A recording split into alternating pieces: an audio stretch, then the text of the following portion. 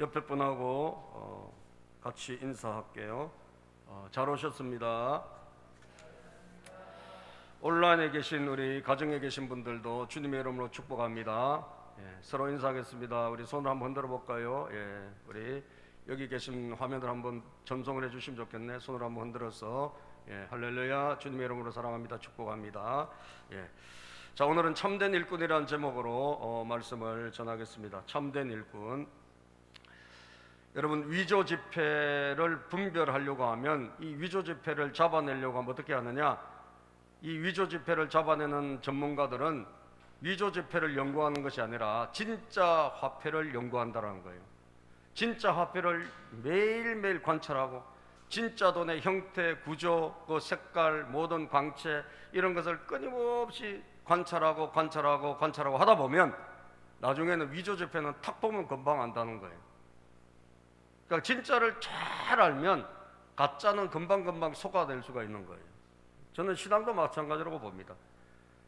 사람을 분별하는 것도 마찬가지라고 봐요. 우리가 진짜 하나님의 사람으로 그리고 예수 그리스도를 잘 주목하다 보면요, 약간 사기꾼들을 금방금방 집어내요. 좀 이상한 사람들을 빨리빨리 발견하게 돼요. 왜 그래요? 우리가 진짜 참 인간으로 이 땅에 오신 하나님의 아들 예수님을 자꾸 주목하고 연구하고 예수님의 말씀을 자꾸 경청하다 보면요, 가짜를 금방 알아내요. 하나님이 우리에게 감동을 주셔가지고 딱 직감을 주시는 거예요. 그러니까 우리가 자꾸 가짜를 연구하면 진짜를 놓쳐요. 그러니까 진짜를 자꾸 연구하고 진짜를 바라보고 하나님을 자꾸 주목하면 사탄을 금방 알고요, 사탄의 사람들을 금방 분별할 수가 있게 됩니다. 여러분, 이것이 원리입니다. 그러므로 오늘도 바울 사도를 통해서 진짜 참된 일꾼에 대해서 성경이 말씀하고 있잖아요. 이 참된 일꾼이 뭐냐? 이 참된 일꾼이 성경이 말씀하는 참된 일꾼이 누구냐? 이걸 우리가 좀 자세히 알면 가짜는 금방 잡아내요. 아, 진짜가 이런 사람들이지. 그럼 이런 사람들이 아닌 것은 약간 가짜죠. 이런 사람들이 아닌 것은 이거 뭐 비슷한 정도가 아니라 완전히 반대로 간다. 그러면 사탄의 일꾼이죠. 사탄의 일꾼. 자, 그래서 참된 일꾼, 진짜 일꾼은 어떤 사람들일까? 오늘 성경 말씀 좀 길지만 제가 두 가지로 이 말씀을 좀 나눠 가지고 같이 살펴보려고 해요. 진짜 일꾼, 참된 일꾼은 누구냐? 첫 번째는요, 자기를 자랑하지 않고 약한 것을 자랑하는 사람이에요. 요걸 가지고 우리가 분별해 봐야 돼요. 자, 가짜는 자꾸 뭘 자랑하고 자기를 엄청 자랑을 많이 합니다. 자기를 과시하고 자기를 자꾸 높이고 자기가 뭔가 대단한 사람인 것처럼 과시해요. 그런데 여러분, 참 선지자, 참 종, 참 일꾼은 그렇지 않습니다. 그 자기를 자랑을 굉장히 부끄럽게 여겨요. 이 자기를 자랑하는 게 참 쉬운 일이 아니거든요. 진짜인 사람에게는. 보세요, 오늘 바울 사도가요, 오늘 자기를 자랑하는데 매우 불편하게 자랑해요.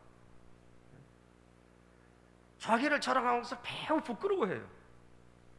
11장 16절 한번 볼까요? 11장 16절 읽어봅시다. 시작. 내가 다시 말하노니 누구든지 나를 어리석은 자로 여기지 말라. 만일 그러하더라도 내가 조금 자랑할 수 있도록 어리석은 자로 받아라. 이거 무슨 말인지 잘 모르겠잖아요. 이건 뭐냐?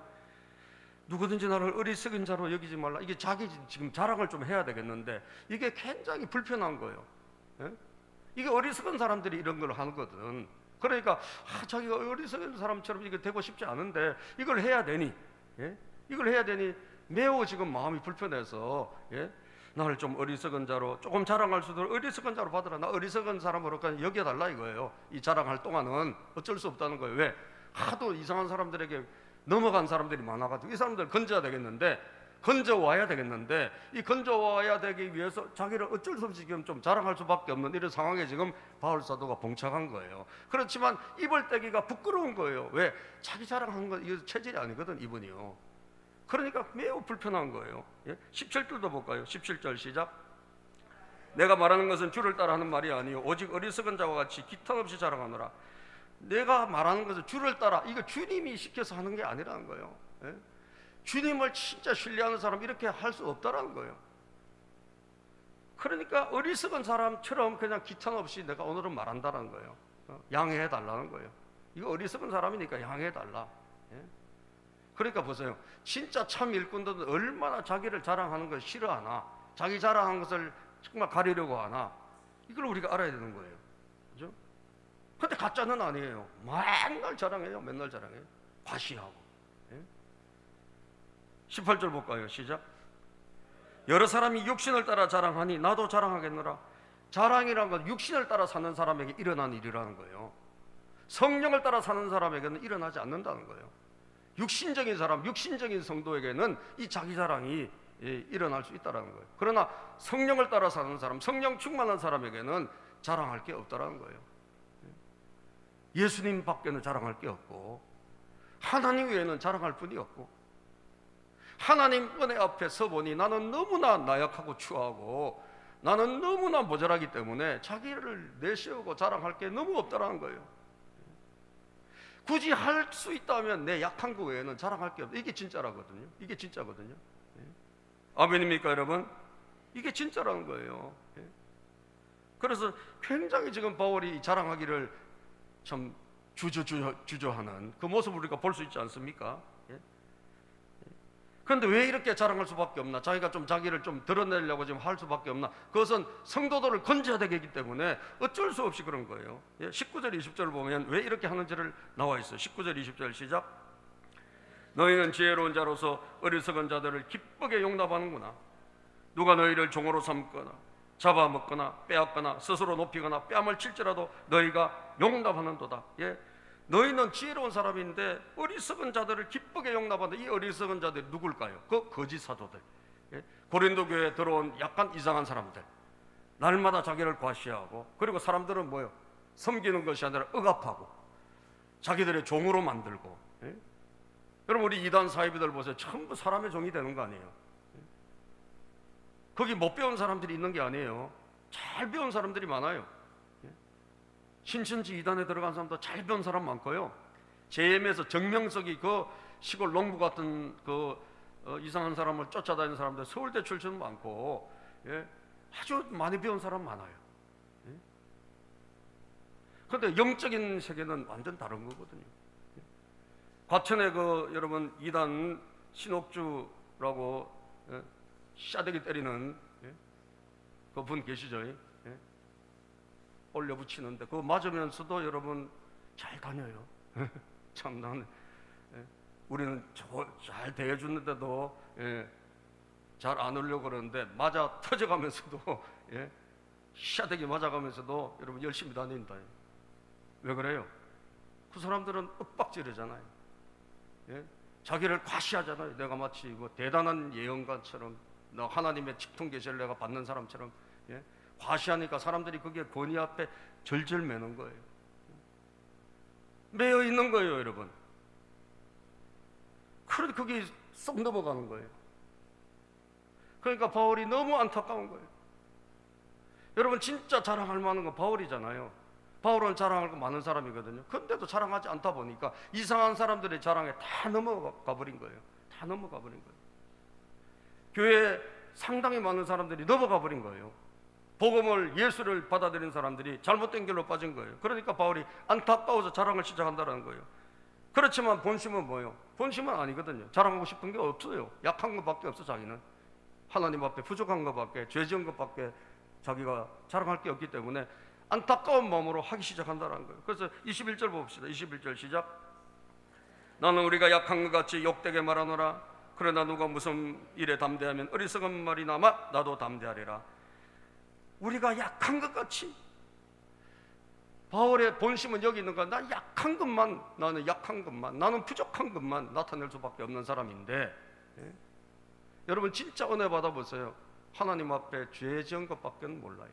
오늘도 하나님 뜻대로 살지 못하고 있는 자기 자신을 향해서 가슴을 칠 수밖에 없다는 거예요. 진짜 우리가 은혜를 받으면, 그 바울 사도가 날마다 나는 죽을 수밖에 없다, 날마다 나는 죽노라, 내가 죄인 중에 괴수라고 그렇게 자기를 고백할 수밖에 없는 것은, 은혜 앞에 서면, 하나님의 이 정말 놀라운 임재 앞에 서면 우리는 아무것도 아닌 거예요. 그래서 성령님의 충만한 임재가 있을 때, 성소에서 예배를 드린 제사장들이 서서 예배를 못 드렸다는 것은 서 있을 수가 없다는 거예요. 무릎 꿇고 엎드릴 수밖에 없고 나가 떨어질 수밖에 없었다는 거예요. 이것이 우리의 진짜 은혜 받는 사람의 모습 아니냐는 것입니다. 예? 자랑할 게 뭐가 있냐는 거예요. 자랑할 게 아무것도 없다라는 거예요. 그래서 여러분, 자랑을 시작하지만 하고 싶지 않아서 하는 이야기입니다. 바울은 담대하게, 어리석지만 내가 담대히 좀 해보겠다. 예. 자, 22절 시작. 그들이 히브리인이냐 나도 그러하며, 그들이 이스라엘이냐 나도 그러하며, 그들이 아브라함의 후손이냐 나도 그러하며. 어쩔 수 없이 자기를 나타내는 거예요. 왜? 바울 사도는 진짜 백이나 배경이나 학문이나 모든 걸로 따지면 누구에게도 질 수 없는 사람이에요. 그는 당대 지금으로 따지면 박사 학위가 10개나 있는 사람이라고 봐도 과언이 아니에요. 그리고 이스라엘의 가장 바리새파 중에 뼈대가 있는 집안이에요. 문벌이 로마 시민권을 가진, 경제적으로도 부유한, 어디 하나 빼놓을 게 없는, 누구에게도 육체적으로 자랑하면 질 게 없는 사람이에요. 그런데 그걸 하지 않았거든요. 왜 안 하느냐? 자기는 하나님 앞에 은혜 받고 나니 예수 십자가 앞에 서니까 다 이게 배설물, 다 배설물처럼 뒤로 내버린 거예요. 예? 인간적인 육체적인 자랑은 다 뒤로 다 버려버린 거예요. 여러분, 그래서 바울은 오늘도 말하기를, 예, 부득불 자랑하는 것은 약한 것이다. 30절 우리 본문 말씀 30절 한번 30절 읽어보겠습니다. 시작. 그렇습니다. 자랑을 진짜 하기 싫은데 억지로 했지만 진짜 내가 하고 싶은 자랑은 뭐예요? 약한 것, 네? 내 부족한 것. 여러분들이요, 정말 은혜 받았으면요, 여러분들의 부족함을 자꾸 드러냈어요. 할렐루야. 자꾸 드러내십시오. 난 참 진짜 하나님 뜻대로 살려고 하는데 정말 안 되네요. 참 기도하려고 하는데 계속 연속구밖에 생각 안 나네요. 기도하려고 폼 잡고 탁 무릎 꿇었는데 저도 그럴 때가 많아요. 기도하려고 쭉 하는데도 엉뚱한 생각이 들어오네. 여러분, 얼마나 참 우리가 약합니까, 솔직히. 그죠? 그냥 어떨 때는 그냥 시간 보내고 있을 때도 많거든요. 약함을 드러내기를 주저하지 마라. 믿습니까? 약함을 드러내기를 주저하지 마라. 우리가 강한 사람이 아니에요. 진짜 강한 분은 하나님 한 분밖에 없어요. 진짜 완전한 분은 주님 한 분밖에 없다고요. 그분 앞에서는 우리는 모자라다고 말이에요. 우리는 부족하단 말이에요. 그것을 드러내기를, 예? 그것을 여러분, 예, 주저하지 말라는 거예요. 이게 참된 일꾼이라는 거죠. 예? 참된 일꾼은 자기의 약점을 드러내기를 주저하지 않는다. 우리는 어떻게 해요? 약점은 가리고, 그죠? 포장하고, 아닌 것처럼 싹 가리고, 예? 마치 아무 문제가 없는 것처럼 싹 포장하고, 그리고 마치 우리에게, 예? 다른 사람들에게 마치 이렇게 보여주기식 그런 신앙생활을 할 때가 얼마나 많습니까? 이것은 하나님의 뜻이 아니거든요. 그죠? 약함을 나타내라. 어려우면 어려운 대로, 힘들면 힘든 대로, 예? 망가졌으면 망가진 대로 자기를 드러내라는 거예요. 예? 사랑하는 여러분, 오늘 제가 이제 여러분들에게 제가 이제 컬럼을 써야지 하는데 못 쓰다가 이제 지난 목회자 연수를 마치고 나서 제가 이제 컬럼을 여러분들에게 하고 싶은 저의 속마음이죠. 어떻게 보면 이거를 세 번째 걸쳐서 썼는데, 제가 여러분 이 컬럼에 제가 적어놨습니다. 여러분 성도님들, 제가 너무 부족했습니다. 예? 여러분들에게 제가 용서를 빕니다. 예? 이 글을 쓰면서 그 중간쯤 밑에 보면 나와요. 이 글을 쓰면서 성도님들 모두에게 죄송하다는 말씀을 드립니다. 제가 이 글을 쓰면서 여러분들에게 정말 죄송하다는 말씀을 제가 여기도 적었지만 내가 진짜 이 시간에도 여러분들에게 하고 싶어요. 제가 부족한 사람이다. 제가 못난 사람이다. 제가 어떻게 보면 진짜 가짜 일꾼인데, 제가 진짜 참된 일꾼, 제가 지금 이 자리에서 설교하고 있지만 사실은 저도 참된 일꾼이라고 말하기 어렵거든요. 예?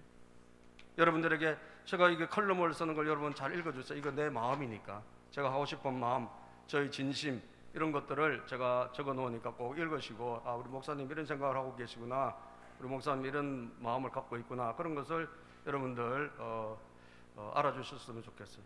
여기 적어 놨습니다. 제가 부끄러운 모습, 제가 못난 모습, 예? 제가 성도들을 사랑하지 못한 모습들, 예? 그리고 뒤에서 여러분들을 때로는 막 비판할 때도 있었고, 이런 것들을 제가 다 적어 놨어요. 저에게 부족한 게 뭔가, 저에게 부족한 것은 사랑이라는 것을 제가 지난번 수요일 때도 제가 수요일 날도 한번 말씀 전한 적이 있었는데, 저는 사랑이 없는 사람이다. 믿음, 소망, 사랑, 이 세 가지는 항상 있을 것인데 그 중에 제일은 뭐죠? 사랑이 돼. 저 믿음은 조금 있는 것 같은데 사랑은 그야말로 낙제점이에요. 사랑할 수 없는 사람을 사랑하고 용서할 수 없는 사람을 용서하는 거지. 이게 바로 기독교거든요. 기독교거든요. 거기에 우리가 앞장서서 조금이라도 본이 돼야 될 사람이 지도자고 그리고 직분자들인데, 저는 여러분 그런 점에 있어서 너무 부실하다는 것을 제가 늘 느껴요. 저는 저의 약점을 드러내기를 앞으로 자주 아마 드러낼 수 있을 것입니다. 왜냐하면 그것이 저희 실상이니까. 저희 실상이니까. 사랑하는 여러분, 참된 일꾼은 누굴까요? 약점을 드러내는 것을 두려워하지 않는 사람, 내 약한 것을 나타내기를 부끄러워하지 않는 사람. 여러분, 약점을 드러내고 약한 것을 드러내기를 기뻐할 때 하나님의 성령님이 역사하시는 것 같더라고요. 성경은 진짜 약점투성이에요. 그건 보면 성경에 여기 좋은 이야기만 있는 게 아니에요. 나쁜 이야기도 얼마나, 이런 게 왜 성경에 져있지, 어떨 때는 좀 이거 좀 없었으면 하는 그런 이야기도 많아요, 사실. 그죠? 그런데도 다 성경은 있어요. 왜 그래요? 우리는 약하다라는 거예요. 우리는 죄인이라는 거예요. 아멘입니까? 우리는 죄인이고 우리는 약하고 우리를 구원할 분은 오직 예수 그리스도 한 분밖에 없다는 거예요. 예수님만이 우리의 구원자시고 예수님만이 우리의 주인이시라는 거예요. 그것을 나타내는 게 성경책입니다. 그래서 예수님 앞에 우리가 엎드릴 수밖에 없고 예수님을 생각하면 우리가 감사할 수밖에 없는 거예요. 그래서 약한 것을 자랑하기를 참 주저하지 않는 사람, 그가 바로 참된 일꾼이다. 참된 일꾼이다. 저는 그것을 여러분들에게 말씀을 드리고 싶습니다. 두 번째는요,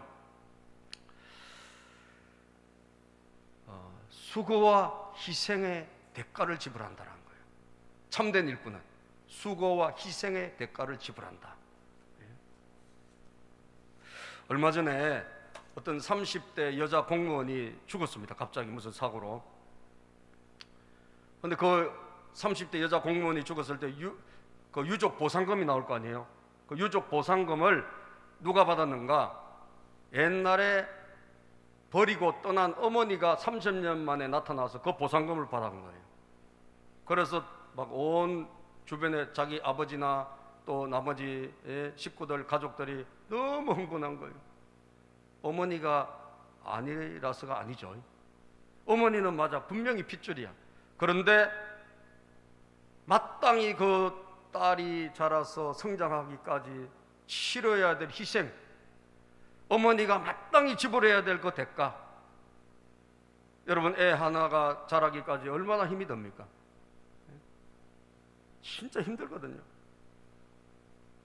우리 딸도 지금 딸을 낳아서 키우면서 정신이 없는가 봐. 정신이 없어요. 애 한 명이 그냥 큽니까, 여러분? 많은 대가를 지불해야 되고, 여러분 먹여야 되고, 돌봐야 되고, 입혀줘야 되고, 또 유치원 가야 되고, 여러분 초등학교 가야 되고, 사춘기도 와야 되고, 그리고 진학도 해야 되고, 이 모든 과정에 다 엄마의 희생이 들어가고 아버지의 그게 희생이 들어가야 되는 거 아니에요. 아멘입니까, 여러분? 이 희생이 들어가야 되잖아요.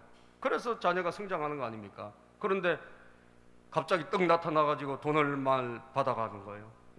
그래서 분노해서, 지금 법이 바뀌었더라고. 이제는 그 사람 받아간 거 다시 내놔야 돼. 지금 법이 바뀌었어. 할렐루야. 이런 건 박수 좀 쳐야 돼요. 이런 법 바뀐 건 박수 쳐야 돼. 희생도 하지 않고 아무런 대가도 지불하지 않는데 내가 혈육이라고 와서 보상받아가는 거, 이건 안 되는 거예요, 여러분. 그렇지 않습니까? 안 되잖아요. 절대로 여러분 모든 것에는 다 희생이 들어가야 되는 거예요. 일꾼도 마찬가지 아닐까요? 참된 일꾼. 참된 일꾼이 여러분 정말 하나님의 일꾼이라면, 교회의 일꾼이라면 여러분 뭐가 들어가야 될까요? 말로만? 아니에요. 거기에 희생이 들어가야 되는 거예요. 동의하십니까? 희생과 수고가 들어가야 되는 거예요.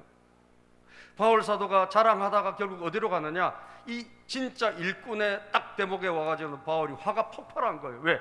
이 사람들은 희생하고 수고하지 않는 사람들이거든요. 그 사람들은 말만 하고 과시하는 사람들이란 말이에요. 예? 여러분, 바울 사도가 어디에 와서 막 화가 나느냐?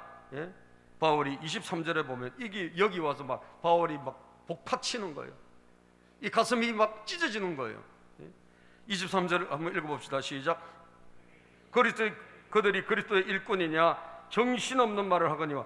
정신없는 말이라고. 그들이 그리스도의 일꾼이야? 이게 말이 되는 소리야? 이게 정신없는 말이, 이런 말이 어디 있냐? 그러니까 바울이 흥분을 하는 거예요. 왜 그래요? 아무 희생과 수고를 하지 않는 사람들이기 때문에 그래요. 그죠? 그 다음 구절 읽어볼까요? 시작. 나는 더욱 그러하도다. 내가 수고를 넘치도록 하고 옥에 갇히기도 더 많이 하고 매도 수없이 맞고 여러 번 죽을 뻔하였으니. 바울은 자기의 자랑이 뭡니까? 수고와 희생과 자기가 지불한 모든 피의 대가를 지금 자랑하고 있는 거예요. 이거 하고 싶지 않았어요. 그런데 어쩔 수 없이 하는 거예요. 내가 얼마나 많이 수고했는 줄 아니? 내가 옥에 갇히고 두드려 맞고, 내가 죽을 뻔하고. 24절.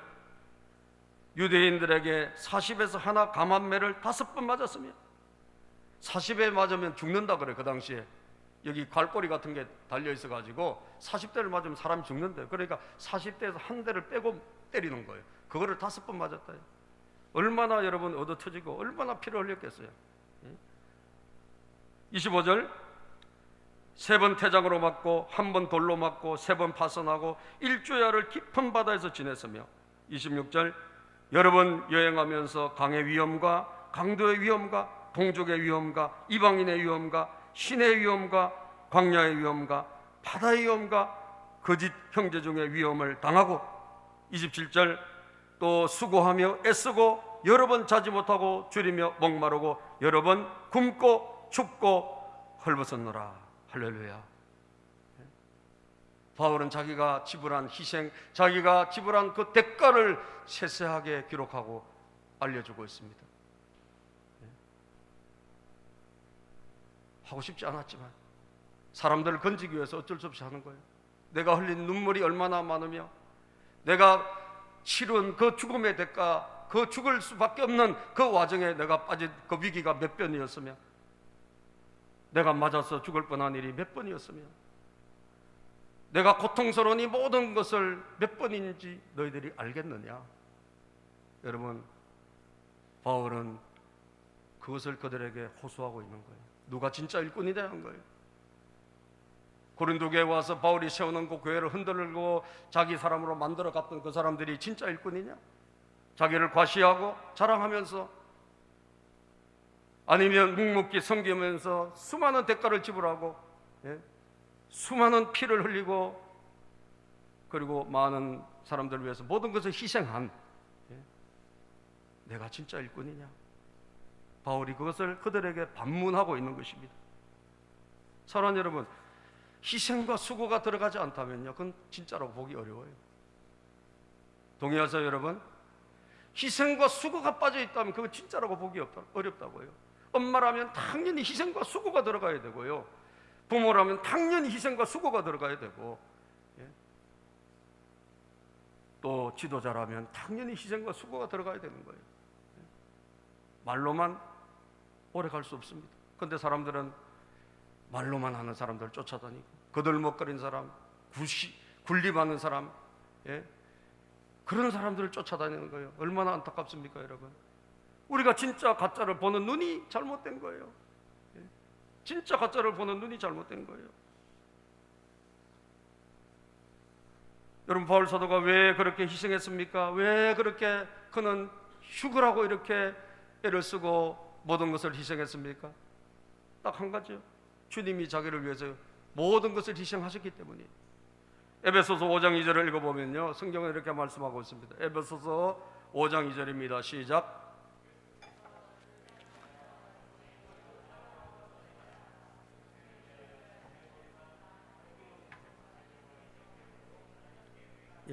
그리스도께서 너희를 사랑하신 것 같이 너희도 사랑 가운데서 행하라. 그는 우리를 위하여 자신을 버리사, 예수님은 우리를 위해서 자기를 완전히 버리신 거예요. 십자가에 자기를 내어주셨습니다. 살과 피를 다 찢어서 주셨고, 여러분 마지막 피 한 방울, 물 한 방울까지 여러분을 저를 위해서 쏟아주신 줄로 믿습니다. 우리를 위해서 희생 제물이 되신 거예요. 그것을 성경은 뭐라고 말하죠? 향기로운 제물이다.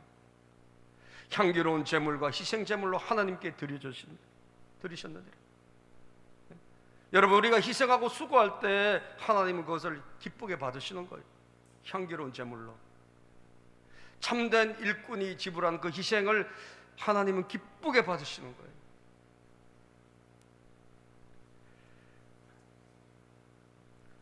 전북 삼내에 거기 문형일이라는 집사님이 계신데, 옛날 이야기인가 봐요. 예배당을 짓다가 교회 재정이 시골이니까 어렵고 이래가지고 이게 예배당이 더 건설이 안 되고 부도가 나게 생긴 거예요. 그래서 이분이 너무 마음이 아팠어요.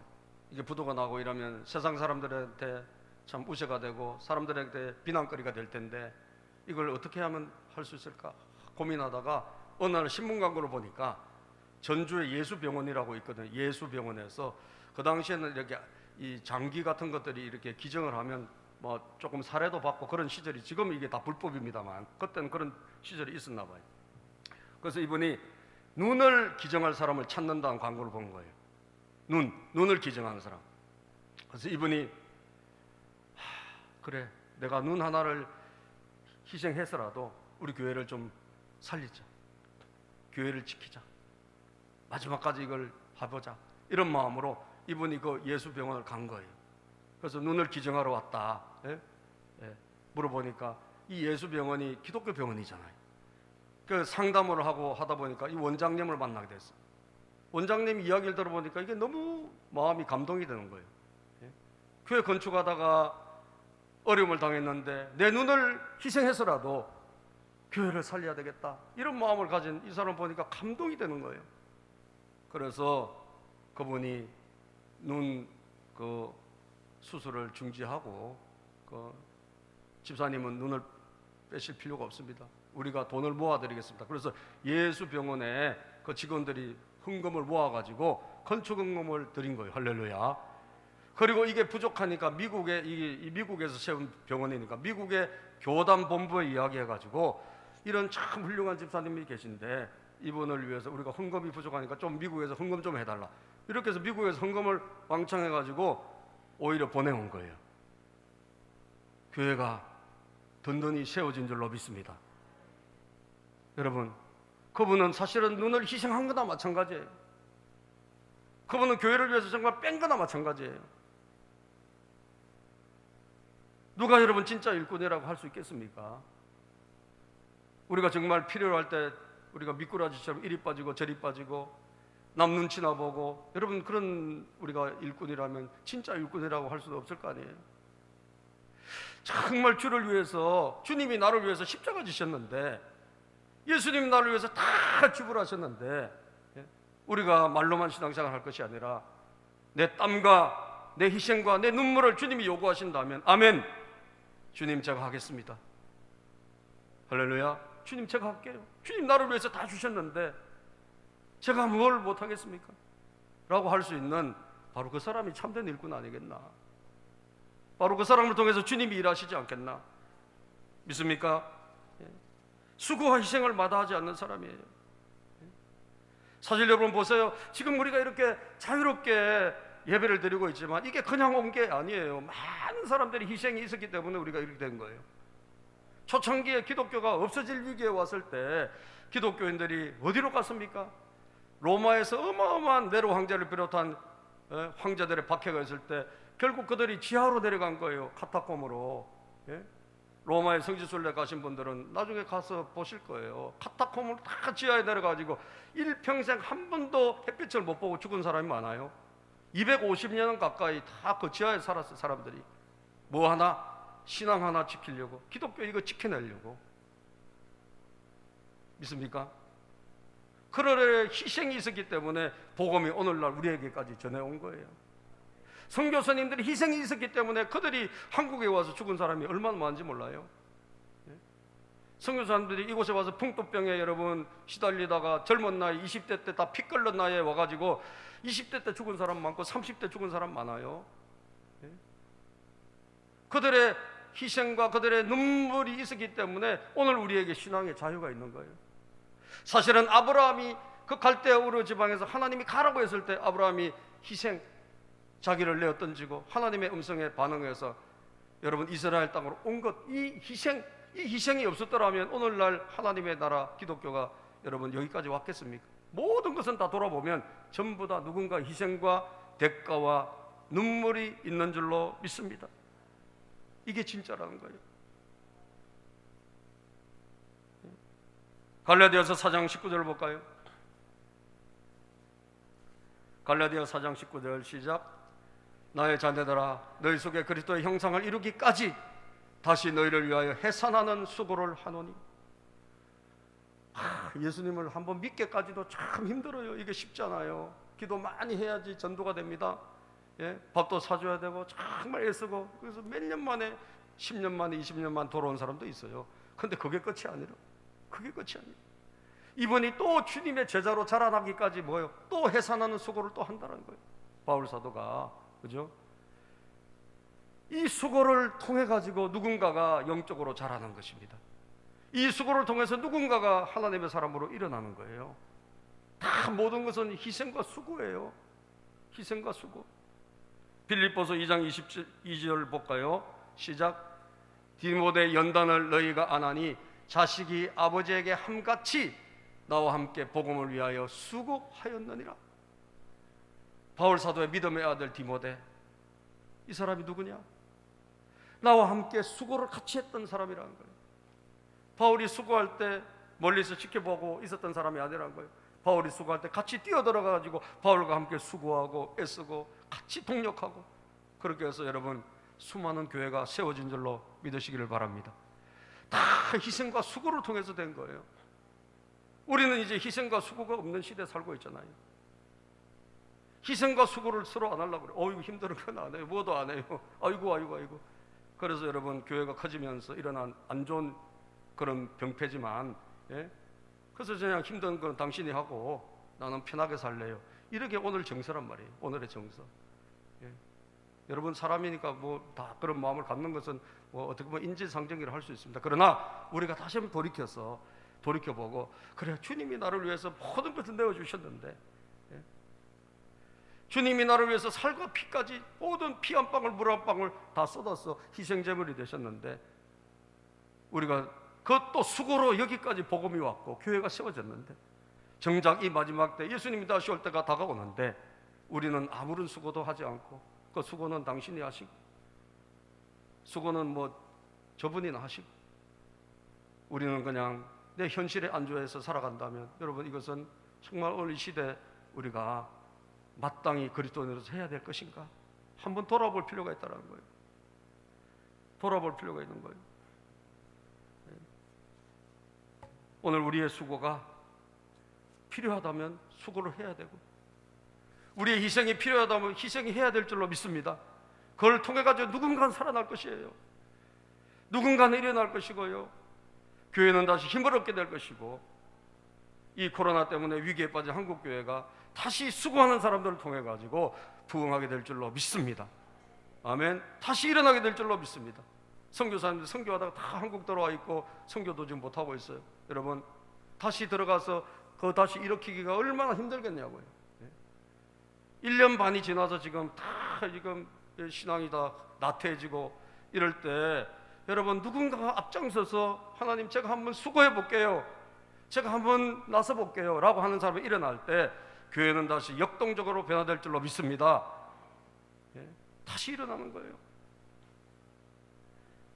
우리 중고등부 수련회가 이제 8월 9일 10일 있는데 저는 우리 교단 청소년부 부장님이 우리 노회에 있어서 전화가 왔어요.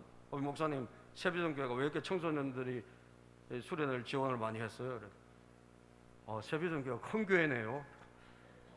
우리 큰 교회는 아닌데 큰 교회는 아닌데 우리 선생님들이 전도사님들이 애를 써서 청소년 수련회를 많이 지원했나 보다고. 나는 우리 이왕 할 거 제일 먼저 하자. 제일 먼저 하자. 예. 우리 열심히 해보자. 이왕 하는 거. 아멘. 이왕 하는 거 열심히 해보자. 예. 그래서 그 애들 수련회 때까지 기도 많이 하고 성령님이 역사하여 주셔서, 예.